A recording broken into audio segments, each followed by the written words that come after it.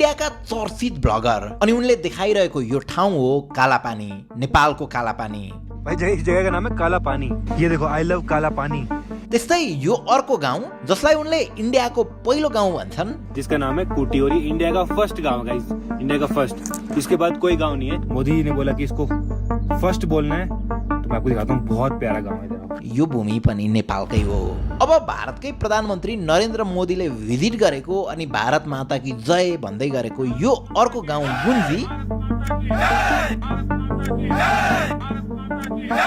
यो पनि नेपालकै हो। अब मैले सुनाएको कालापानी, गुन्जी र कुटी यी तीन स्थानहरूलाई एकपटक सेटेलाइट इमेजबाट हेरौँ है त। यहाँ छ गुन्जी अनि यतापट्टि छ कुटी र यहाँनिर छ कालापानी। यानि कि यी सबै स्थान नेपालको चुच्चे नक्साको चुच्चोमा छन्। कालापानी, लिपुलेक र लिम्पियाधुराको नामले विवादित यो ट्रेङ्गुलर भूभागभित्र भारतीय झन्डा गाडिएको छ, भारतीय सेना राखिएको छ अनि स्टेट बैंक अफ इन्डियाको पनि शाखा त्यहीँनिर छ। तर हिस्टोरिकल्ली यो भूमि नेपालकै थियो। यसका प्रशस्त प्रमाणहरू छन्।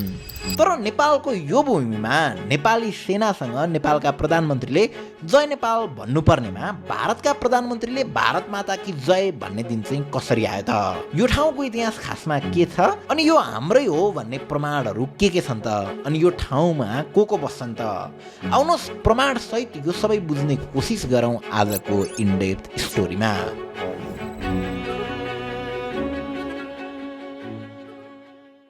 अब भिडियोमा अगाडि बढ्नुभन्दा पहिला तपाईको रेगुलर क्रेडिट कार्ड एक्सपिरियन्सलाई अझ बेटर गराउन let's talk about PhonePe credit card. PhonePe credit card 100% virtual credit card हो जुन तपाईको फोनमै हुन्छ। यसको प्रयोग गरेर तपाईले नेपालभर रहेका फोन पे को 17 लाख भन्दा बढी मर्चेन्टहरुमा आनन्दले पे गर्न सक्नुहुन्छ। इन्ट्रेस्टिङ कुरा त तपाईले लिएको क्रेडिट कार्डमा 45 दिनसम्म कुनै इन्ट्रेस्ट लाग्ने छैन र त्यसपछाडि पनि तपाईले बिस्तारै इन्स्टलमेन्टमा पे ब्याक गर्न सक्नुहुन्छ।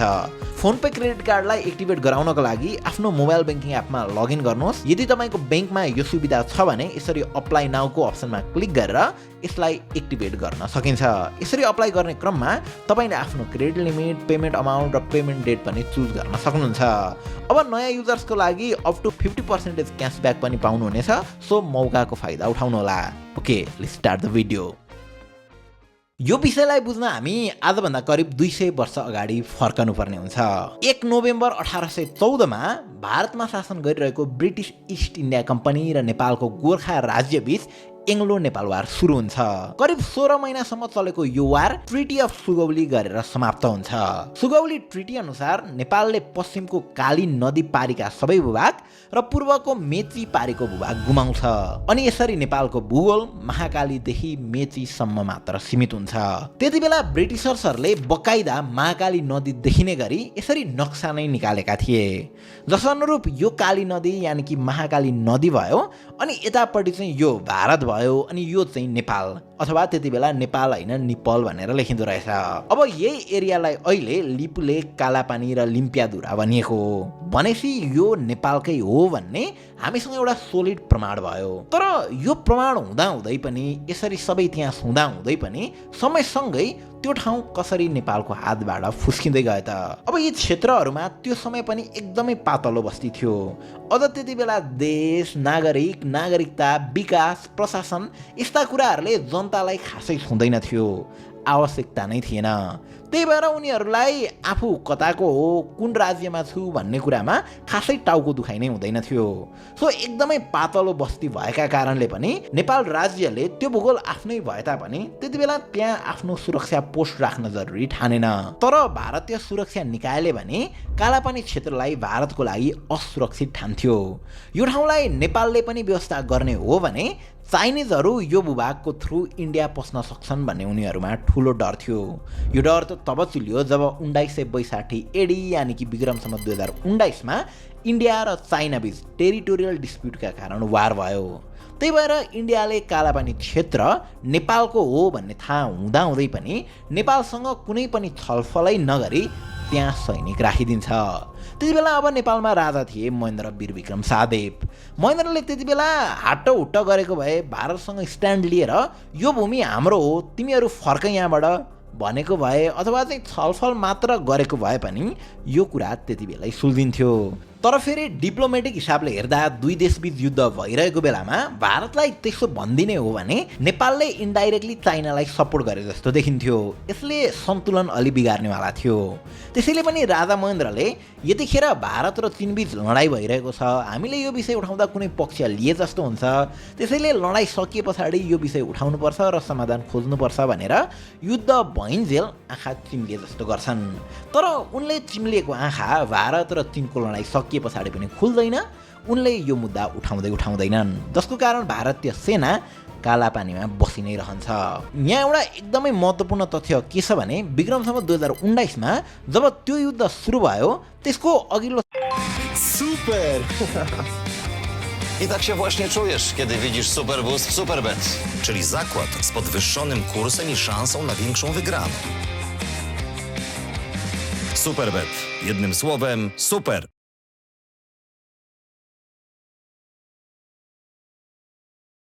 This is more than an app. This is a reset. We're not just launching an app. For every user, every trader, every voice, clarity, access, freedom, we make it happen. Together, we make it possible.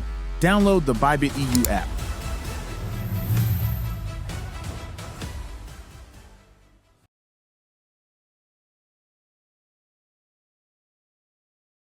साल 2018 मा नेपालमा जनगणना यानि कि census भएको थियो।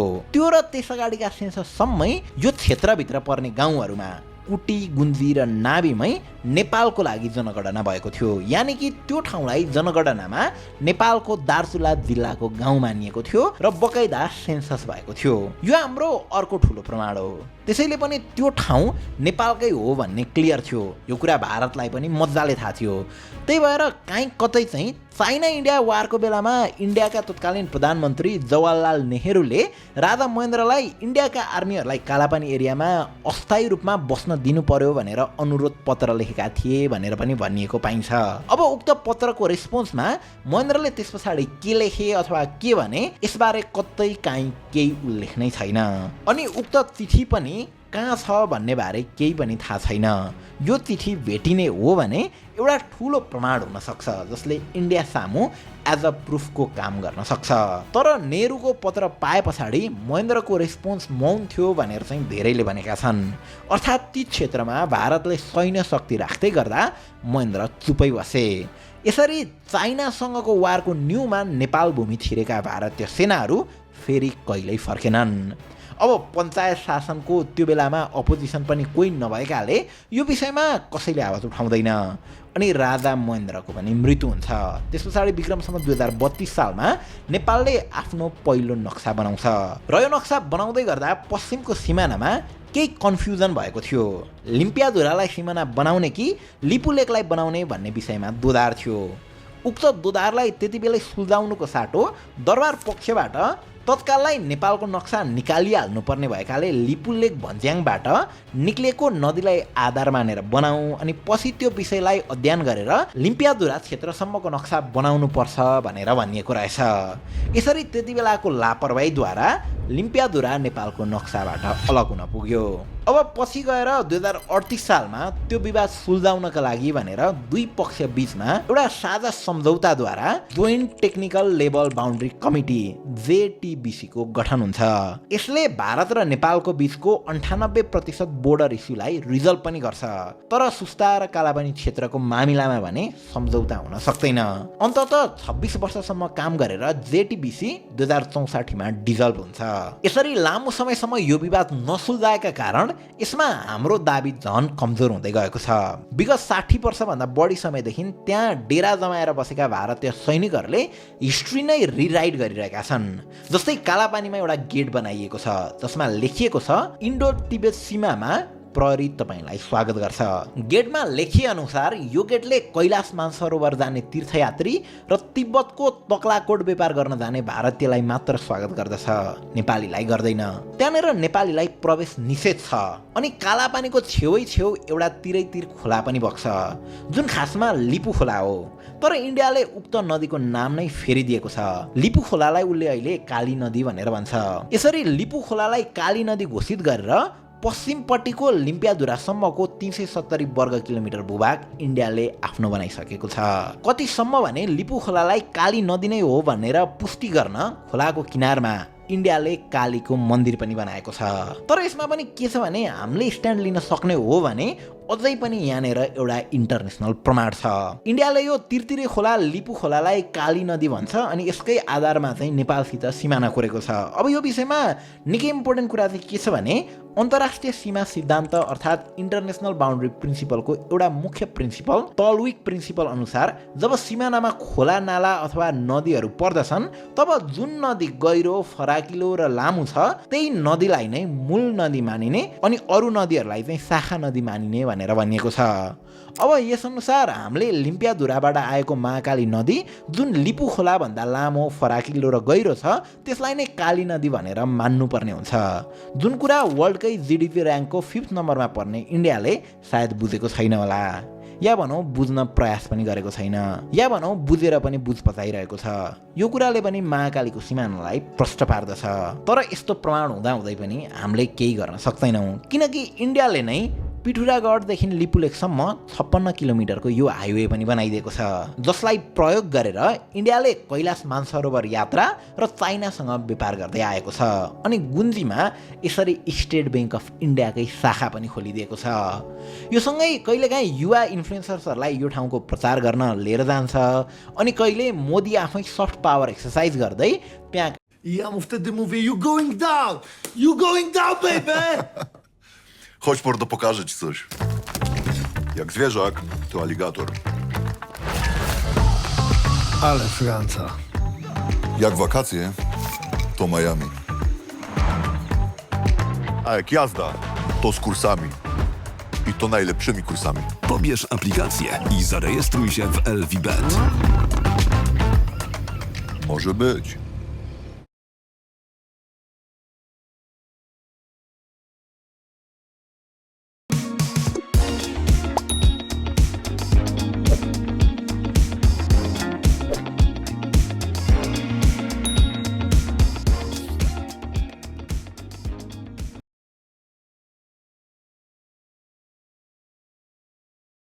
जनतालाई भेट्छन्। यहाँनिर त दुःख लाग्दो कुरा के छ भने आजभन्दा 60 वर्ष अगाडिसम्म मात्र पनि नेपालमै जनगणना गरेका जनताहरू आज इन्डियन भएका छन् र यो कुरामा उनीहरू गर्व नै गर्छन्। मोदी पुग्दा धुमधाम साथ स्वागत गर्छन्। यस्तो दृश्य देख्दै गर्दा एउटा कुरा पुष्टि हुन्छ, देश भनेको भूगोल मात्र होइन रहेछ, देश भनेको त त्यहाँका जनता पनि रहेछन् र यदि त्यहाँका जनताले नेपाली हुनुभन्दा भारतीय हुनमै गर्व गर्छन् भने यहाँ राजधानी काठमाडौँबाट तुच्चे नक्सा निकाल्दै गर्दा अथवा केन्द्रमा जुलुस गर्दै गर्दा केही पनि हुँदैन। यो लडाईँ हामीले धेरै पहिला हारिसक्यौँ किनकि त्यहाँका जनता नेपाली होइन भारतीय हुनमै गर्व गर्छन्, खुसी छन्। बरु मैले सुरुमा अघि सेटेलाइट इमेजमा 3वटा ठाउँ देखाएको थिएँ, कुटी, गुन्जी र कालापानी। यो क्षेत्रमा त अहिले भारतीय झन्डा फरफराइरहेको छ। तर अलि ओर आउने हो भने नेपालभित्र पनि 2टा गाउँ छन्, टिङ्कर र छाङ्रु। यी 2 गाउँमा सीमाको सुरक्षा गर्दै अझै पनि नेपाली नै बस्छन्। तर अनौठो कुरा त्यहाँ पुग्न नेपालबाट बाटो नै छैन, भारतबाट छिर्नुपर्ने हुन्छ। हेर्ने कथाको टिम त्यहाँनिर एउटा एपिसोड सुट गर्न जाँदाखेरि पुरै पर्मिसन मागेर भारतको बाटो हुँदै अनि मात्र नेपाल छिर्न सफल भएका थिए। त्यही भिडियोमा सबै कुरा देखाइएको छ। न त त्यहाँनिर नमस्तेको सिम चल्छ, अनि कहाँ गएपछि लाग्छ त त्यो फोन चाहिँ, यो अब नमस्ते आएपछि लाग्छ, न त बाटो पुगेको छ न त केन्द्रले त्यहाँका जनतालाई आफ्नो ठान्दछन्। सो अगेन देश भनेको भूगोल मात्र होइन, त्यहाँका जनता पनि हुन् र यदि जनतालाई तपाईँ सुविधा दिनुहुन्न, विकासको अनुभूति गराउन सक्नुहुन्न अनि भोट ब्याङ्ककै रूपमा मात्र प्रयोग गरिरहनुहुन्छ भने गुन्जी र कालापानीमा बसेका भारतीय सैनिकहरू कुनै दिन नेपालभित्रै पर्ने छाङ्रु र टिङ्करमा पनि छिर्न सक्छन्। नेपाल टेलिकमको नेटवर्क नटिप्ने यो स्थानमा भोलि जियोको टावर खडा हुन सक्छ अनि सँगसँगै स्टेट ब्याङ्क अफ इन्डियाको शाखा पनि खुल्न सक्छ किनकि देश भनेको भूगोल मात्र होइन। कालापानी आन्दोलन गर्ने चाहिँ हाम्रो भनेर काठमाडौँमा कसैले पनि नगरोस् किनकि हामीले यहाँ समस्या पर्छ। हामी सधैँ ध्यान भेलुका हिँड्ने बाटो हाम्रो नेपालबाट भन्न त सम्भावना छैन, हामीलाई थाहा छ। हाम्रो झुनीमा पनि छैन, हाम्रो छोराको पनि सम्भव छैन। हाम्रो रासन पानी जनावर पनि यहीँबाट आउँछ मान्छे पनि यहीँबाट आउँछ हामीलाई समस्या हुन्छ अनि कति दुःख दिन्छ भने हामीलाई थाहा छ त्यो उनीहरूलाई थाहा छैन उनीहरू त काला पानी हो हाम्रो भनेर झन्डा समातेर हिँडिहाल्छ त्यो हिँड्न हामी पनि सक्छौँ मन पनि लाग्छ मन पनि लाग्छ किन लाग्दैन